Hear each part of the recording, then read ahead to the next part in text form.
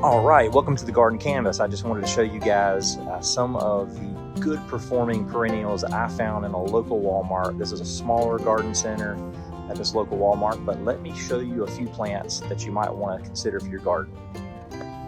This is an Asiatic lily, and it's a little shorter Asiatic. It's called Joy, and this is great. 6+ hours of daily sun. You can also take a dappled shade as well. This one will grow 14 to 16 inches, and it's hardy down to minus 40 degrees.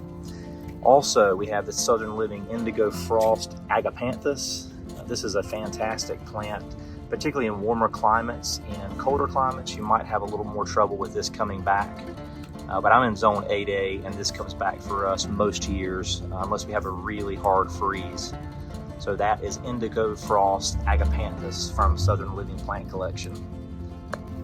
Now check out these Cannas. These are really interesting. They have about 3 or 4 varieties here. This one's really cool.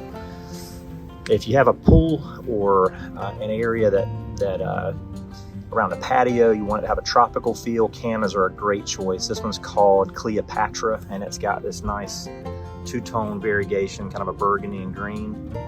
Very nice.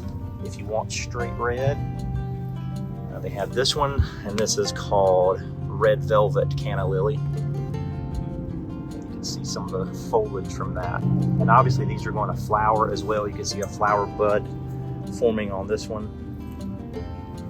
I have one that's flowering currently, and this one is called Canova Bronze Orange. And this is in more of a decorative pot, but this will go great in the ground, and these will spread. Of course, you have hostas as well. That's a perennial for shaded areas or park shade areas. I was kind of surprised to find this in Walmart in June. This is a spring bloomer. This is a perennial phlox, great ground cover for a park shade area.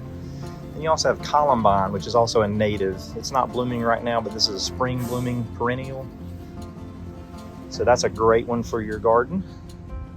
Of course, one of the easiest perennials to grow is daylilies, and this one I believe is Stella d'Oro, and this is a more fine textured, grassy textured daylily. Stays a little bit smaller, great for dry spaces. It does better when it has more moisture. It's going to bloom better and look more healthy, but it will do very well even in a wet area too. So very hardy perennial.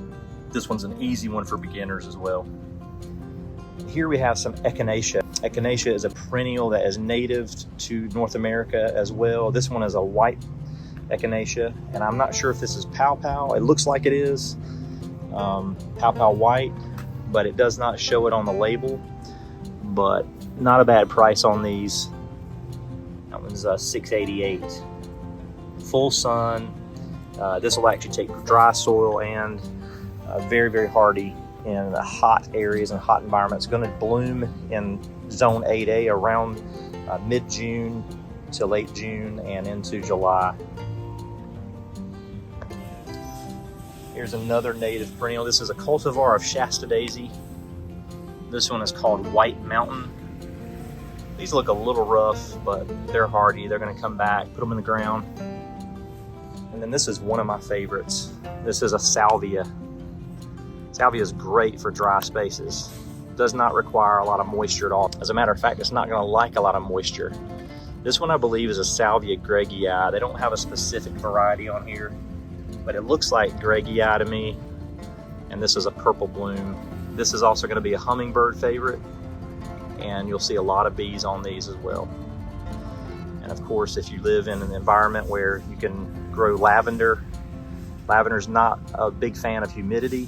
And of course, you can see that the bees are liking that right here in the garden center.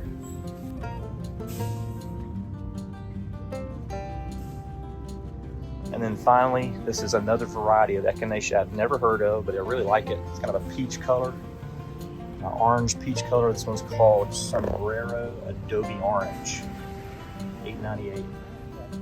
It's a new cultivar of a native coneflower, echinacea.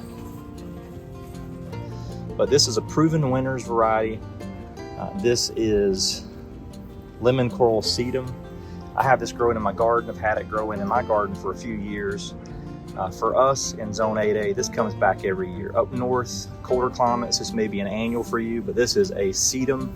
It's going to grow in dry areas. Does not like to have a lot of moisture, just like any other sedum. This one's going to stay low to the ground, gives you a nice bright pop of color, and it's going to be a great ground cover, so it's going to reduce having to mulch. And they have these on clearance right now. They're really healthy, but $2 each. That's a really good deal. Most of the time these are going to run around $7 to $10 depending on where you are in this size container. But this is a great plant for any front of the border area or ground cover in a sunny location. Lemon Coral Sedum. Now, this is not a perennial, but I did want to give it a plug because we have 2 of these planted this year. This is the Sunfinity sunflower, and this thing produces a ton of flowers. We have 2 plants and we can hardly keep up with cutting them. My wife cuts them about every other day, and they just produce tons and tons of flowers to bring inside and brighten up your spaces inside your home. So the Sunfinity sunflower, again, not a perennial, but a winner for your garden. Anyway, thank you for watching this video. I hope it was helpful, and we will see you in the next video. Take care.